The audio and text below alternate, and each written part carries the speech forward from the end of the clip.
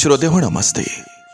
श्रोते हो, लग्न म्हणजे नेमकं काय असतं, संसार म्हणजे काय असतो, सुनेचं सासूचं नातं कसं असावं, नवरा बायकोचं नातं कसं असावं, हे एक सांगणारी सुंदर अशी गोष्ट, सुंदर अशी कथा, लग्नपत्र. नीनाचं लग्न ठरलं होतं. साखरपुडा झाला आणि सगळ्यांच्या शुभेच्छांचा आणि चेष्टा मस्करीचा वर्षाव सुरू झाला. घरामध्ये लग्नाची तयारी सुरू होती. असाच लग्नाच्या एका खरेदीनंतर तो आणि त्याचे आई बाबा हे निवांत बसले होते. आई तिनं केलेली खरेदी दाखवत होती आणि दोघेजण नुसते हो हो छान आहे असं म्हणत होते. बोलता बोलता आई म्हणाली, अरे जरा श्वेताला विचार, तिला कोणता रंग आवडतो ते. परत उगाच नाराज नको व्हायला. असं पण आजकालच्या मुलींच्या ना आवडी निवडी वेगळ्या असतात रे. आता बाबा नीनादकडे बघून हसले. हा आता ना, आता तुझा ढोल होणार नीनाद, आणि तयार हो. काय हो बाबा, काही काय बोलता हो, असं म्हणून तो उठून त्याच्या खोलीत फोन चार्जिंगला लावायला गेला. बाबांचं बोलणं आठवून त्याला हसू आलं. लग्न झाल्यावर आई आणि बायकोचं पटलं तर ठीक आहे, नाहीतर खरंच आपला ढोल वाजतो रे बाबा, असं एक मित्रानं सांगितलेलं त्याला आठवत होतं. आपल्या बाबतीत असं काही होणार नाही, कारण आपली आई खूप प्रेमळ आहे आणि श्वेता पण चांगले, ते हसतमुख आहे. त्यामुळे दोघींचं छान पटेल. शिवाय आईनंच तर पसंत केले श्वेताला आपल्यासाठी, त्यामुळे असलं काही आपल्या घरात होणार नाही. पण झालं तर, या विचारानं तो थोडा अस्वस्थ झाला. त्यासाठी आधी काय करावं लागेल याचा तो विचार करायला लागला. त्याला काहीतरी सुचलं आणि जे सुचलं ते त्यानं लगेच अंमलात आणायचं ठरवलं आणि फोन उचलला. 4 वाजता श्वेता नीनादनं सांगितलेल्या रेस्टॉरंटमध्ये पोहोचली. रिसेप्शनवर नाव सांगितल्यावर वेटरनं तिला तिच्या टेबल जवळ नेलं.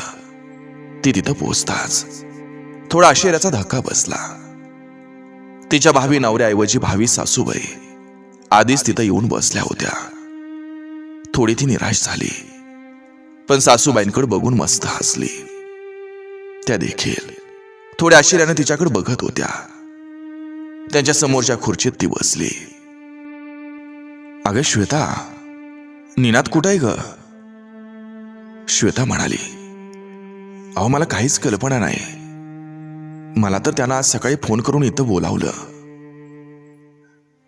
हो ना ग, मला पण असाच म्हणाला, तू घरून निघ, मी पोहोचतोयच तिथं. आणि आता फोन केला तर म्हणाला बस मी आलोच. सासूबाई म्हणाल्या, काय चाललंय ना, काय या मुलाच्या डोक्यात मला काही कळना. यावर दोघी हसल्या. तेवढ्यात वेटर एका ट्रेमध्ये काहीतरी घेऊन आला.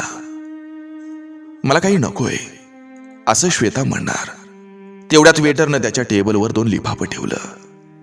त्याच्यावर दोघींची नावं होती. हे काय आता, असं म्हणत दोघींनी ते उचललं आणि फोडलं. आतमध्ये एक पत्र होतं, नीनाच्या हस्ताक्षरातलं. दोघींनी जरासं हसत ते वाचायला सुरुवात केली. पत्र वाचून झालं. दोघी सासू सुना थोड्या विचारात पडल्या. मग एकमेकींकडे पाहून अगदी मनापासून हसल्या. काय म्हणावं ना या मुलाला, पण पडतंय खरं त्याचं ऐकावं म्हणते. तुला काय वाटतं ग? मला पण ना असंच वाटतंय आई, पण मला ना खूप उत्सुकता आहे तुमच्या पत्रात काय आहे ते. श्वेता थोडी लाजत अशी म्हणाली, अगं मला पण ग. आधी मी पत्र वाचते आणि मग तू तुझं वाच, ठीक आहे ना? सासूबाईंनी विचारलं. श्वेतानं नुसती संमतीदर्शक मान हलवली. प्रिय आईस, शिरसाष्टांग नमस्कार. आई, खूप वर्ष झाली असं पत्र लिहून तुला, पण मनातलं सांगण्यासाठी पत्रासारखं दुसरं साधन नाही. असं तू नेहमी म्हणतेस. हा, तेव्हा म्हटलं तुला पत्रच लिहावं. मला नोकरी लागल्यापासून तुझी वधू संशोधनासाठी गडबड सुरू झाली. श्वेताला बघून आल्यावर तू म्हणालीस मला मुलगी पसंत आहे, आणि माझ्यासाठी तेव्हाच मी श्वेताला होकार दिला होता, कारण तुझ्या पसंतीवर माझा पूर्ण विश्वास आहे. लग्नाची तयारी सुरू झाल्यापासून आई तू बरीच व्यस्त दिसतेस. मोकळेपणानं बोलायला वेळच मिळत नाही. हा, म्हणूनच हे सविस्तर पत्र लिहितोय तुझ्यासाठी. जेव्हा मुलगी ना तिच्या आई वडिलांना सोडून सासरी येते, तेव्हा तिची आई खूप रडते. आपल्या जीवाचा तुकडा एका अनोळखी ठिकाणी कायम जाणार म्हणून. मला वाटतं मुलाच्या आईला पण काहीसं वाईट वाटत असणार आहे. इतकं दिवस आई आई करणारा मुलगा आपल्याला विचारेल की नाही विचारेल याचा विचार करून. पण आई माझ्या बाबतीत अगदी निश्चिंत राहतो. मी आजही तुझा मुलगा आहे आणि शेवटपर्यंत तुझा मुलगाच राहील. फक्त आता त्याच्यावर आणखी एका व्यक्तीला खुश ठेवण्याची जबाबदारी येईल, इतकंच ग. श्वेताच्या घरात येण्यामुळं थोड्या गोष्टी बदलतील एवढंच. तेव्हा एखाद्या वेळेस जर मी तुझ्या कोणत्या गोष्टीसाठी आता वेळ नाही असं म्हणालो ना, तर आई राग मानू नकोस. जसं तुमची काळजी घेणं माझं कर्तव्य आहे ना, तसा श्वेताच्या आई वडिलांचा पण आदर करणं हे माझं कर्तव्य आहे. आणि ही गोष्ट तू मान्य करशीलच आई, याची मला खात्री आहे ग. तुझा स्वभाव मला माहिती आहे. अगदी आल्या आल्या तू श्वेताला सगळ्या जबाबदाऱ्या देऊन मोकळी होणार नाहीस. आणि सुरुवातीला तिला सगळं जमणारही नाही ग. हळूहळू या घरात रुळत घराला समजून घेत जमेल तिला. श्वेता आणि मी, आम्ही दोघेही सुरुवात करणार आहे ना, तेव्हा आमच्या दोघांकडून काही चुका होणार ग. तशी ती हुशार आहे, लवकर अडॉप्ट करेलही. पण आई, नाही जमलं तिला तर तू समजून घेशील याची खात्री आहे मला. पण तुझी मदतही लागेल, आणि तशी तिनं मदत मागितली तर मला काम सांगते असा तू राग मानू नकोस. तिच्या पद्धतीनं ती काम करेल, तिच्या आवडीची भाषा करेल, तिच्या आवडीचं पडदं लावेल. तेव्हा आता माझी आवड जुनी झाली किंवा मला काहीच किंमत राहिली नाही असं म्हणून नाराज नको होस. हे घर तिचंही असेल. तिलाही थोडं आपलेपणाची भावना जाणवण्यासाठी हे गरजेचं आहे ग. श्वेता आणि मी, आम्ही दोघंही स्वतःचा निर्णय घेऊ ना. अर्थात घरातल्या मोठ्यांशी बोलूनच घेऊ, पण आपण सगळे मिळून मस्त फिरायला जाऊ, एकमेकांबरोबर वेळ घालवू. पण कधी कधी मी आणि श्वेता आम्ही दोघंच फिरायला गेलो तर मी तुम्हा दोघांना विसरलो असं नको समजू.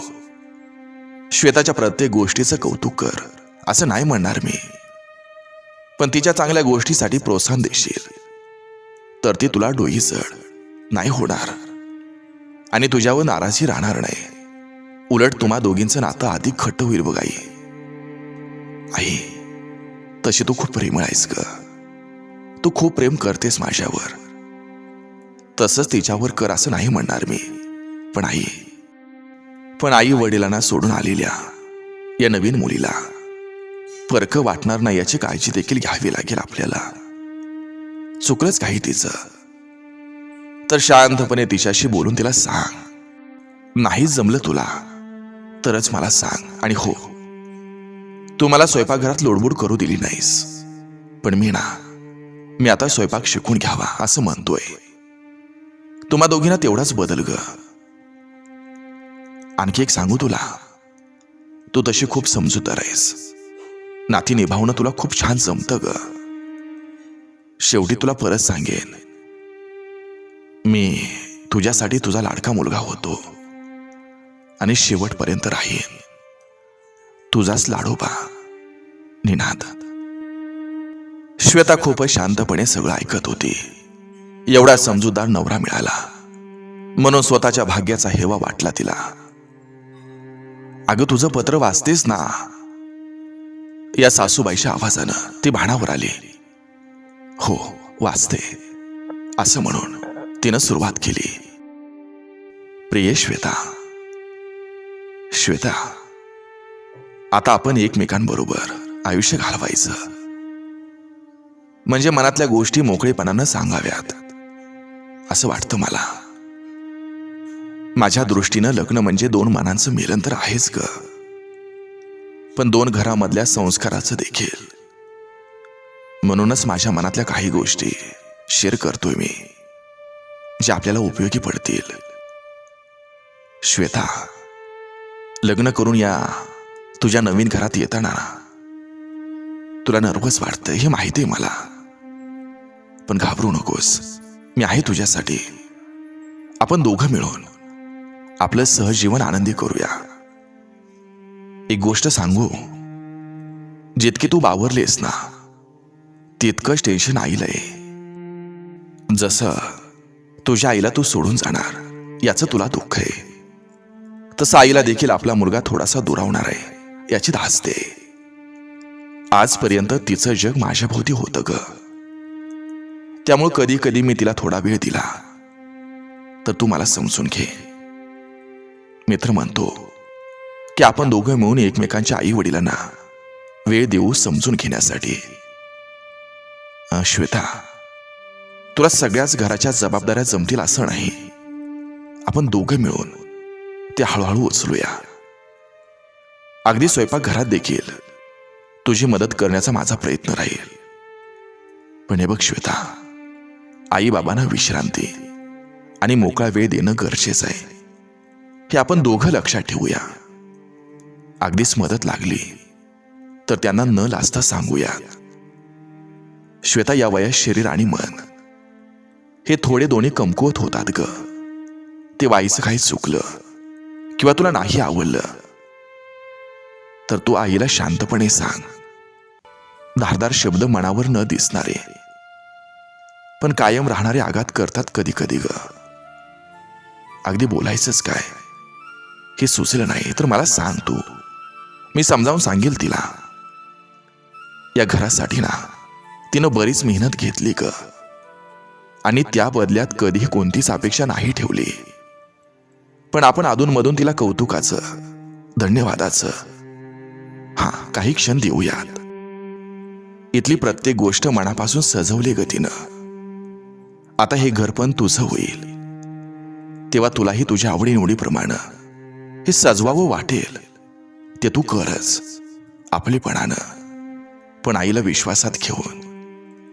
अगदी तुझ्या आईसारखं नको वाकूस तिला, पण घरातली अनुभवानं मोठी व्यक्ती म्हणून तिचं ऐकून घे कधीतरी.